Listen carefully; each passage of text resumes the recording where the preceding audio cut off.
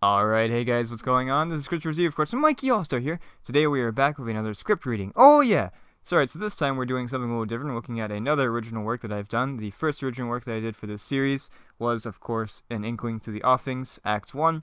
And now we're going to be doing another thing that I wrote recently, actually a few months ago. It is called Lost and Lies. Now, I entered this in a competition. Well, I guess it was a competition. I don't know, but it was for this club at my school that makes films and stuff. It had to be, I believe, 10 to 15 pages, and it had to only have up to 4 characters, and that was about the only guidelines they gave you. So I wrote this, Lost in Lies. I'll explain more what it means after we read through the script, but there is a deeper meaning to it. So let's go ahead and get started. All right, so I wrote this in the typical script play or screenplay style. I usually don't do that, but it's kind of a pain in the butt, but I did it for this because I figured they'd want it like that. So here we go. So we start off in a blank room at 6:30 a.m. on the dot. The ticking clock is calling out to seemingly no one. As the focus is on the clock, but instead as it stays on 6:30, the clock is slowly becoming less and less of the main focus as the frame zooms out and pans down, now showing a woman garbed in a white t-shirt and plain black pants lying on the ground, presumably dead. Like Lazarus of Bethany, the body jolts up and her face takes up the entirety of the frame. Emmy's eyes are confused at where she is. Emmy is now seen in better detail from farther back as she looks around, trying to figure out where she's wound up. Emmy stands up and walks around the room a little, however, is not gaining any further hints as to where she is. She notices the clock ticking on the wall and stares at it for a moment. It too is staring back, staying sharply at 6:30. She taps the face of the clock, causing it no harm while it continues. And there is a quiet sound of a door opening. Emmy turns suddenly at the sound of the door and notices something on the wall to the left of the clock, an open door. Emmy cautiously walks toward it and stops just at the mouth of it. Interior, library, day. Emmy pokes her head out and looks from left to right, perhaps hoping to find someone occupying the area. No luck. The library is without another soul. Emmy says, "Hello?" Nothing. The call for another rings and reverberates around the library without any answer. Emmy looks a little discouraged and worried. Where is she? She begins walking around the library, constantly looking around in hopes of a sign of life. She walks over to a bookshelf and picks up a random book, turning the pages. Emmy puts down the book back without a second thought and continues walking down a hallway. In the far background as she passes out of the frame, Kersey can be seen standing in the background, a hooded man in dark clothing.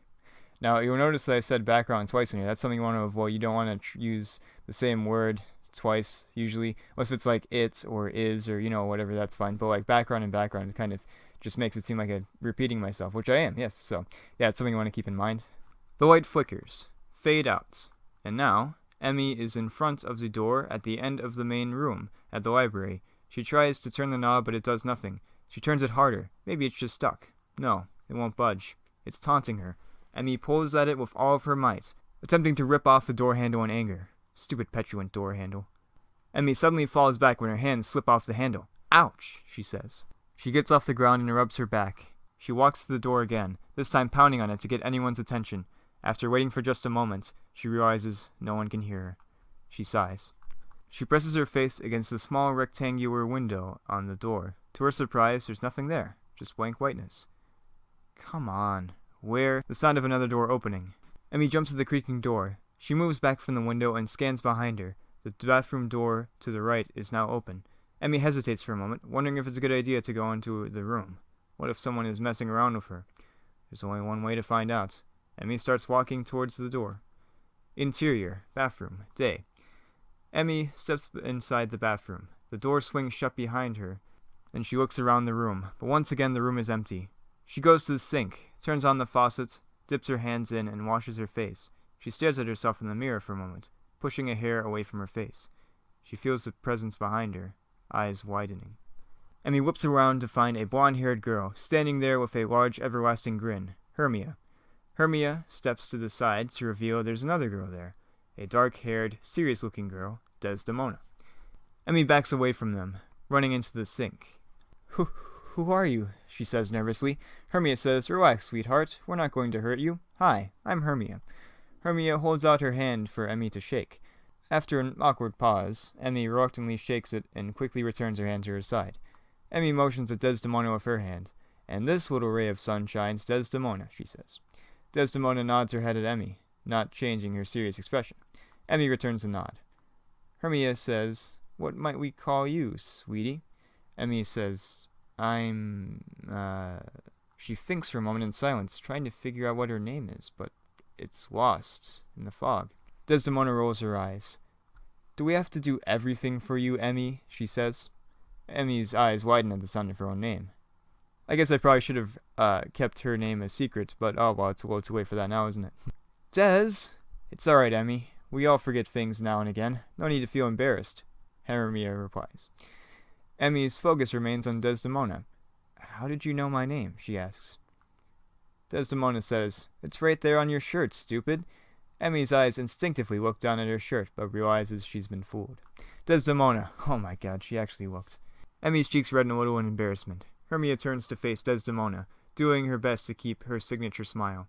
Hermia says, "Can't you just be nice this one time?" Desdemona shrugs at Hermia's comment. She says, "What? I'm just having fun." Hermia says, "What you call fun is hurting Emmy's feelings. She's important." Emmy says, "What?" Desdemona just says, "I'm trying to make sure she's paying attention." Hermia gets closer to Desdemona and pokes her. "There are better ways than embarrassing her," she says. Desdemona replies, "I'm sorry that I can't be perfect like you, little Miss Sunshine." Desdemona steps closer to Hermia, growing more cross. Emmy says, "Hey," but she's interrupted when Hermia says, "And I'm sorry that I can't be a pain in the butt like you." Desdemona gives her little monologue. "You're so unrealistic, you know that? You're always expecting the best out of people, but that's never the case. That's the problem with you. If someone drops a $20 bill on the street, you'd expect some kind soul to return it to the owner's pocket. But no, someone's taking that and buying cigarettes or something." And Hermia responds with, "That's your problem. You see the worst in everything. The world's not all dark, you depressed dork." Desdemona laughs. "Is that seriously the best insult you've got? You depressed dork? You're an idiotic..." And then Emmy screams, "Girls!" Desdemona and Hermia turn their attention back to Emmy, surprised at her sudden outburst. Hermia goes back to her normal smiling composure. Hermia says, "Terribly sorry about that, Emmy. We've been here together far too long." Desdemona says, "Ain't that the truth?" Emmy says, "Far too long? What do you mean? How long have you been here, and why am I important?" Desdemona and Hermia look at each other and then back at Emmy. Desdemona says, "You better come with us." So now we're back into the library, at daytime of course. A wide shot of Emmy taking a seat at a round table in the library. Desdemona and Hermia are already seated and facing Emmy. Once Emmy sits down, the camera angles are closer. Emmy's right hand is propped up on her chin. Hermia's arms rest on the table, and Desdemona is crossing hers. Hermia leans closer to Emmy, who is sitting across from her. Desdemona is right next to Hermia. It's always important to make sure that your script is detailed enough where the actors know where they're supposed to be. But you can also, of course, let them do their own thing too and feel the scene and see what they think is right. But if you had something specific in mind as the writer, you probably want to write it down. Yes, okay. So Hermia says, "Let's answer some of those questions, shall we? Firstly, how long have we been here?" Desdemona leans in closer to Emmy. "Forever, trust me." Hermia says, "Not forever, no. In truth, neither of us know how long we've been here. We both just appeared. Time doesn't quite work around here. It's always been 6:30 in the morning and always will be." Emmy says, "What is this place? Some sort of limbo? Are we all dead?" Then Desdemona says, probably." Hermia hits Desdemona on the arm and she rubs it, shooting Hermia a dirty look. Hermia says, "We're still alive. Don't think of this as limbo. Rather, think of it as paradise." Emmy says, "Utopia that you can't escape from? Sounds pretty dystopian to me." Hermia says, "Emmy, it's all about outlook. Do you feel hungry right now?"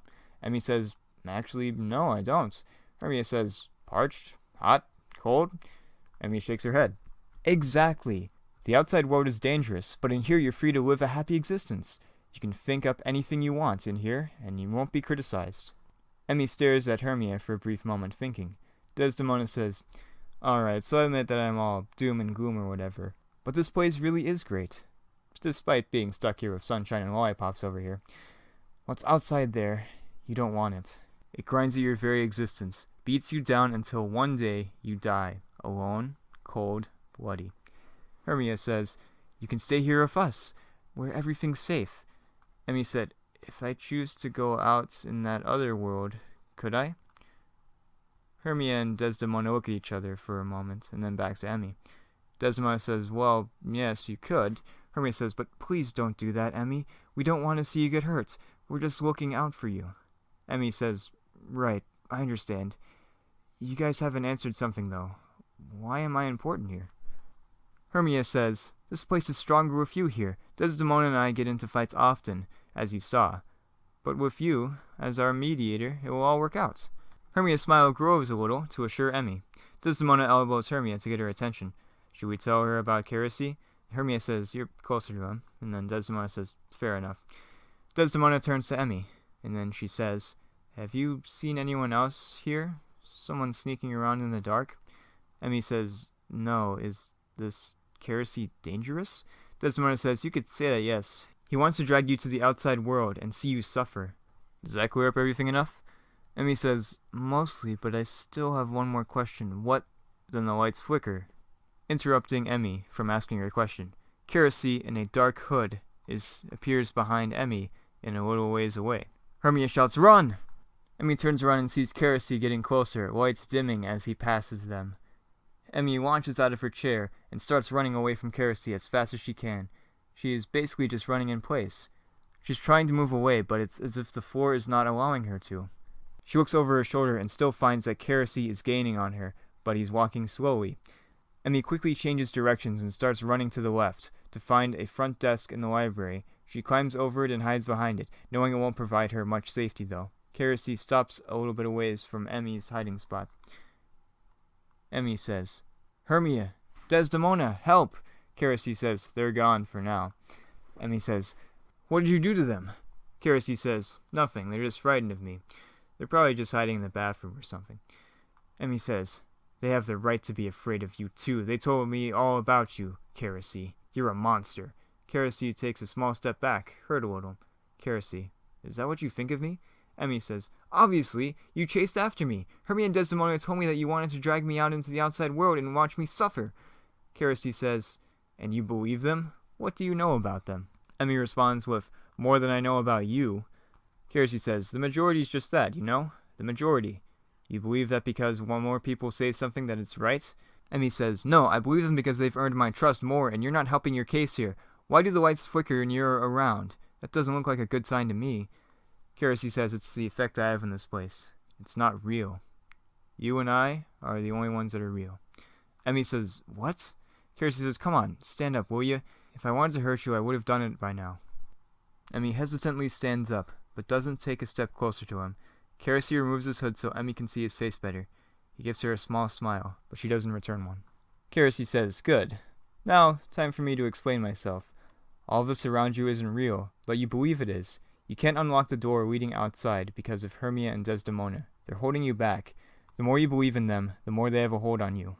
Emmy says, that's absolutely ridiculous. If anyone's not real, it's you. It's clear this place doesn't want you here, so why don't you just leave me alone and leave? Keresi says, listen to me. I'm trying to save you, not them. If you stay here, they'll become real, which is just what they want. They're not looking out for you. They're trapping you in here. Emmy replies and says, well, I say it's pretty nice in here. And from what I've heard from them, the outside world is awful and dangerous. Keresi says, it's not just dangerous. There's beauty out there, too.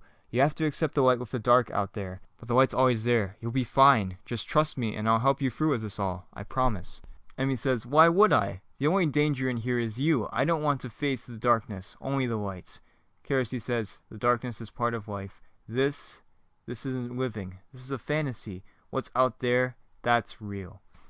Emmy stares at Keresi for a moment and thinks. Emmy says, you don't know my name, do you? Keresi says, Emmy says, because they do. Hermia and Desdemona know it. It's clear that I must know them and don't remember. Keresi says, they're fabrications from your mind. I'm not, so of course they know everything that's up there, name included. Emmy says, no, I think you're a fabrication, and I don't want to hear any more of your nonsense. Emmy turns her back on Keresi, and the lights flicker yet again. This time, Hermia and Desdemona appear on either side of Keresi. He quickly looks at both of them and back to Emmy. Hermia and Desdemona grab hold of Keresi's arms and start dragging him back. Keresi says, please, listen to what I have to say. I remember now. Keresi isn't my real name. I must be a memory of yours trying to drag you back out of here. Look at my face closer. You must know me. Emmy doesn't pay attention to him as he's pulled closer and closer to the door. Keresi tries to throw off Hermia and Desdemona's grip, but it's no use. Hermia opens up the door, which now isn't even emitting light, but it's sucking it in. It is a dark abyss, void of anything. Desdemona pulls Kirce into it. Desdemona says, "Have fun out there. See you never." Hermia waves before closing the door. Kirce bangs on the door, trying to get back in, but he can't. Hermia and Desdemona walk back to Emmy. This time, even Desdemona has the makings of a smile on her face. They both give her a huge hug and appreciation for a moment. Desdemona says, "Finally, we're done with that annoying idiot." Emmy says, "Thank you for saving me, you two." Hermia says, "Hey, couldn't have done it without you. So, now that you're staying, can we be sisters, all of us?" Desdemona says, "If we have to, fine." Emmy says, "Of course. Sisters forever." The group hugs it out one more time. Fade to the blank room from beginning, 6:30. The clock still ticks away, forever on its determined time. Suddenly, it stops. Alright, so there we go. So that was Lost in Lies. Now, there's a lot of stuff that I tried to pack in here. So we've got Desdemona and Hermia. They're both named after Shakespeare characters. Hermia, of course, in a comedy, and Desdemona in a tragedy. That's why they're representations of comedy and tragedy. Kirce is a name that apparently means that it's a person of that desires to understand and help others. So that's why I named him that. I think it also has something to do with truth as well. I'm not really sure. So I've kind of given you guys all of the pieces to kind of help you understand it. So let me know what you guys think this story is really about in the comment section below if you want to. And thank you for watching. If you guys enjoyed this video, I'll see you guys next time. Bye-bye!